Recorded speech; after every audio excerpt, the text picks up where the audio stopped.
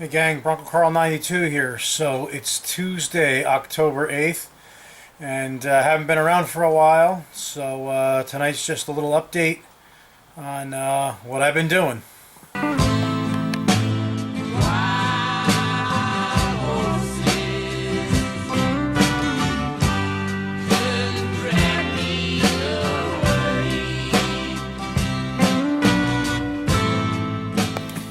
Alright, so anyway, yeah, long time no see. Well, first and foremost, tonight is my twins' fourth birthday. So happy birthday to Johnny and Chloe. It's actually now bedtime for them. They're in bed. And I just decided to come out here and give you guys a little update on what's going on. So anyhow, this clip here that I'm about to show you was from a video a couple weeks ago. I don't know, maybe if you remember this. Alright, so check this out.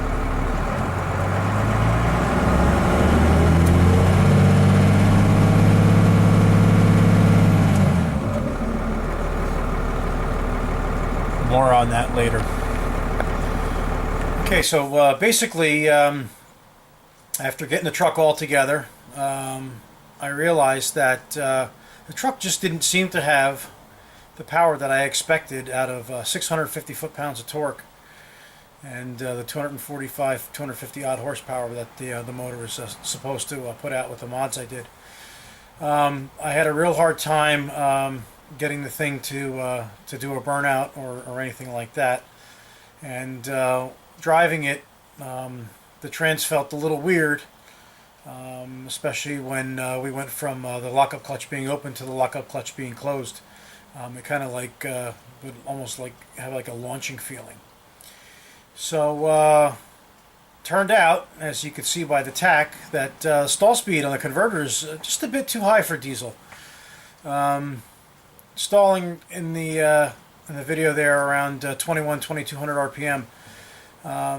So, I know that the torque peak on the engine is around 15 to 1600 RPM, and that's usually with a diesel is what you really want to have your stall point at.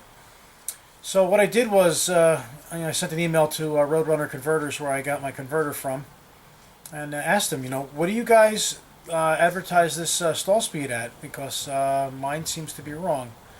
So he came back and said, between 14 and 16 is where they normally stall at, and he couldn't understand why mine was stalling, between 21 and 22. He'd be happy to look at it. And of course he left it at that. So what does that exactly mean? So sent another email back. No, that's not right. So what I did was I picked up the phone and gave him a call, and I said, well, how do you want to handle this? And he said, well, what we can do is, we can send you another converter, and then just send us the other one back. So they put one together. They tested it, and I got it 2 Fridays ago. And I guess Saturday, what was that? I guess the 28th of September.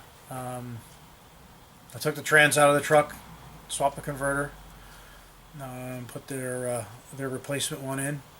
And, I didn't really bother videoing it because, how many times can I show you guys how to take a trans in and out? And after that, well, let me show you what I got now.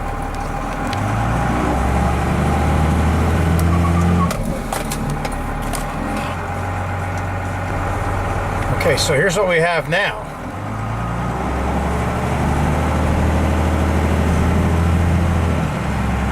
Oh, and the police just drove by. Hang on. Anyhow.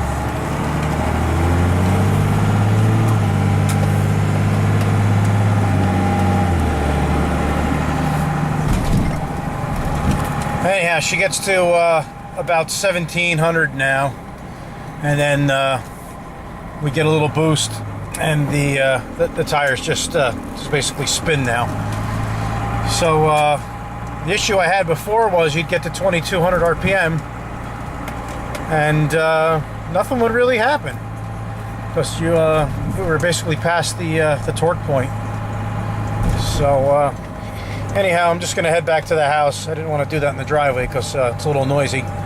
And I'll put you back on and talk about some more stuff. Alright, so yeah, so that's what I have now.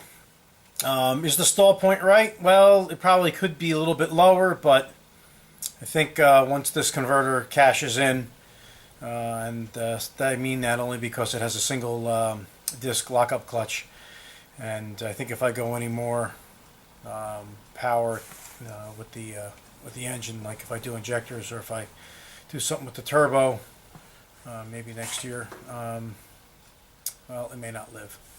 And if that's the case, I'm going to have a converter built by Garand. They're a lot more money, but they're worth every penny supposedly, and he'll actually do one stall change for free. So anyhow, the converter that I got, like I said, from Roadrunner, I'm pretty happy with them. The only thing is that I have not got a return email from them about getting this thing sent back to them. The thing weighs 70 pounds, and to ship that back to them, to Phoenix from New Jersey, is about 70 bucks, 65 bucks. And I mean, since I had to spend 5 hours taking the trans back out on my back and doing all that, I don't think they're going to give me any time for my labor. So I mean, would you send it back on you? Let me know. So anyway, we went up to the lake this weekend to put the docks on land and get Rich's house ready for the winter. So we took the Dodge, and I did a 340-mile loop, which included a little bit of city driving up there, really not much. Running the truck around his property and pulling wave runners out of the water, 2 of them. And we averaged 20.1 miles per gallon, which I think is pretty awesome.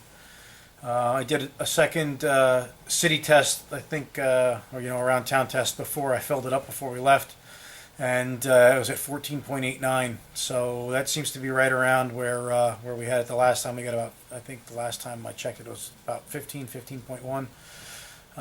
Considering all the testing and running it around back and forth, in and out of the garage and all that stuff, idling.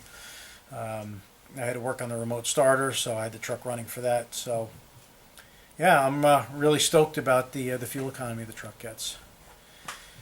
So anyway, just out in the garage tonight. I did mention that I was cleaning up, so let me show you what I got done so far.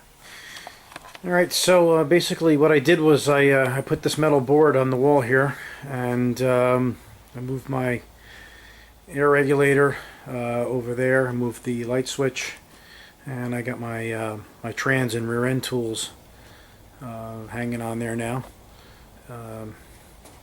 Trans project. And these cabinets that I used to call the avalanche cabinets are pretty organized now.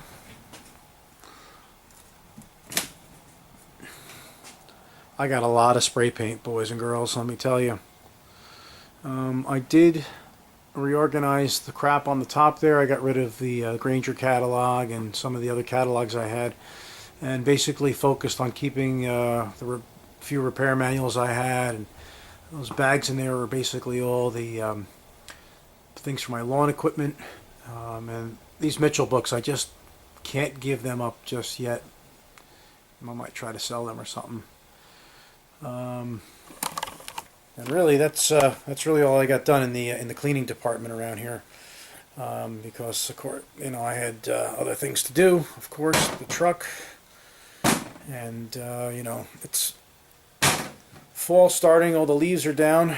The leaf machine that I built last year, I got to go get that from the side of the shed. I got to pull the blower motor out of the back. I got to service that. And we got to get that baby ready for working. I am inundated with acorns in my backyard.